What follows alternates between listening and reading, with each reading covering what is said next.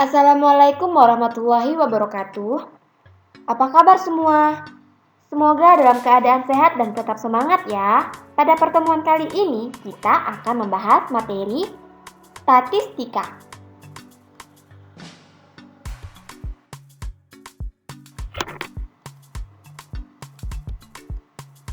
Kompetensi dasar: menganalisis data berdasarkan distribusi data, nilai rata-rata, median, modus, dan sebaran data untuk mengambil kesimpulan, membuat keputusan, dan membuat prediksi.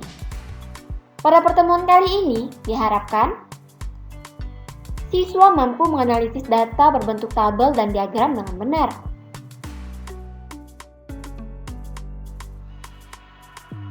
Pengertian statistika. Statistika adalah ilmu pengetahuan yang mempelajari pengumpulan data, penyajian data, penganalisisan data, dan penarikan kesimpulan dari hasil analisis data hingga pembuatan keputusan sebagai tindak lanjut kesimpulan. Pada pertemuan kali ini kita akan mempelajari mengenai menganalisis data. Nah, data yang akan kita analisis adalah menganalisis data dalam bentuk tabel, diagram batang, diagram garis, serta diagram lingkaran.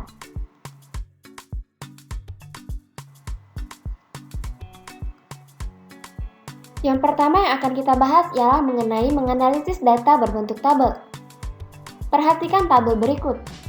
Tabel tersebut adalah tabel frekuensi kumulatif dari nilai ulangan matematika. Tabel di samping menunjukkan nilai ulangan matematika. Yang pertama, kita akan menganalisis mengenai nilai yang paling banyak diperoleh siswa. Perhatikan nilai-nilai data pada kolom banyak siswa. Frekuensi terbanyak adalah 12. Frekuensi 12 sebaris dengan nilai ulangan 60. Jadi, nilai paling banyak diperoleh siswa adalah 60. Selanjutnya, yang kedua, dari tabel di samping berapa banyak siswa yang memperoleh nilai kurang dari 60? Mari kita analisis mengenai siswa yang memperoleh nilai kurang dari 60. Nilai kurang dari 60 adalah 30, 40, dan 50. Frekuensi nilai 30 adalah 2, frekuensi nilai 40 adalah 4, frekuensi nilai 50 adalah 5. Banyak siswa yang memperoleh nilai kurang dari 60. N1 atau banyak data sama dengan 2 ditambah 4 ditambah 5 sama dengan 11. Jadi, siswa yang memperoleh nilai kurang dari 60 adalah sebanyak 11 siswa.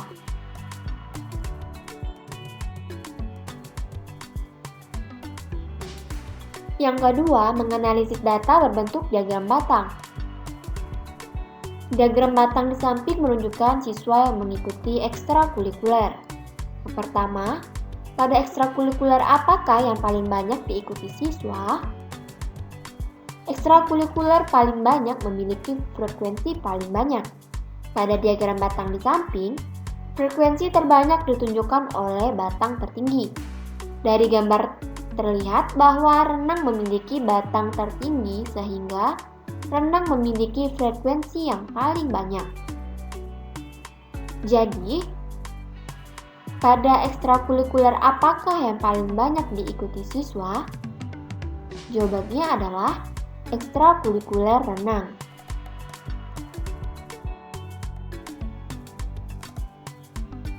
Selanjutnya kita akan menganalisis berapakah persentase pada ekstrakurikuler basket. Frekuensi basket adalah 5. Banyak data sama dengan 5 ditambah 4 ditambah 5 ditambah 12 ditambah 8 ditambah 6 sama dengan 40. Persentase banyak siswa yang ikut kegiatan basket. Persentase sama dengan F per N dikali 100 sama dengan 5 per 40 dikali 100% sama dengan 5 per 4 dikali 10% sama dengan 12,5%. Jadi, siswa yang mengikuti kegiatan basket sebanyak 12,5%.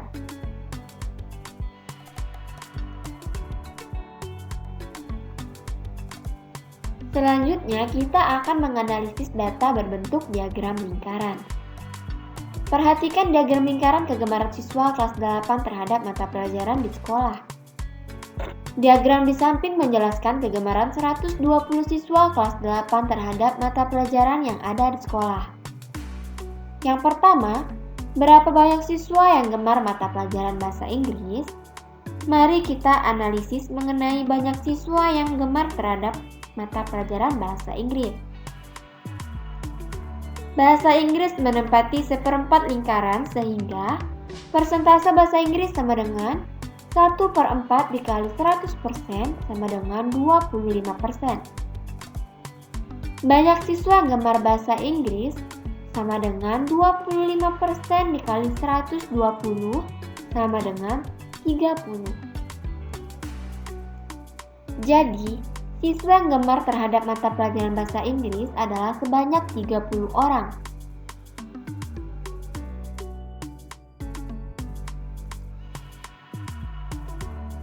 Menganalisis data berbentuk diagram garis. Amir sedang melakukan perjalanan ke rumah neneknya menggunakan sepeda motor. Jarak tempuh sepeda motor yang dinaiki Amir dari rumah sampai rumah neneknya disajikan dalam diagram garis di samping.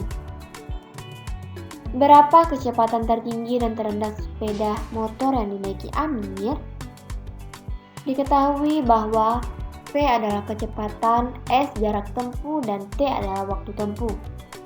Rumus yang digunakan untuk mencari kecepatan tertinggi dan terendah sepeda motor yang dinaiki Amir adalah kecepatan sama dengan jarak tempuh dibagi waktu tempuh. Kecepatan sepeda motor Amir dari menit ke 0 sampai menit ke 10 sama dengan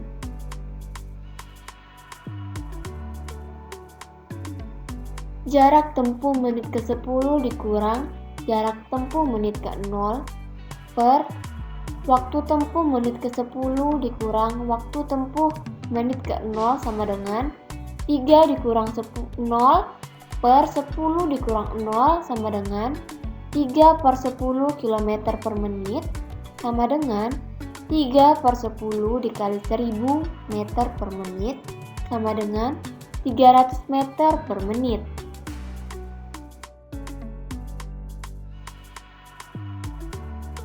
Selanjutnya, kecepatan sepeda motor Amir dari menit ke 10 sampai menit ke 20 sama dengan jarak tempuh menit ke 20 dikurang jarak tempuh menit ke 10 per waktu tempuh menit ke 20 dikurang waktu tempuh menit ke 10 sama dengan 7,1 dikurang 3 per 20 dikurang 10 sama dengan 4,1 per 10 km per menit sama dengan 4,1 per 10 dikali 1000 meter per menit sama dengan 410 meter per menit.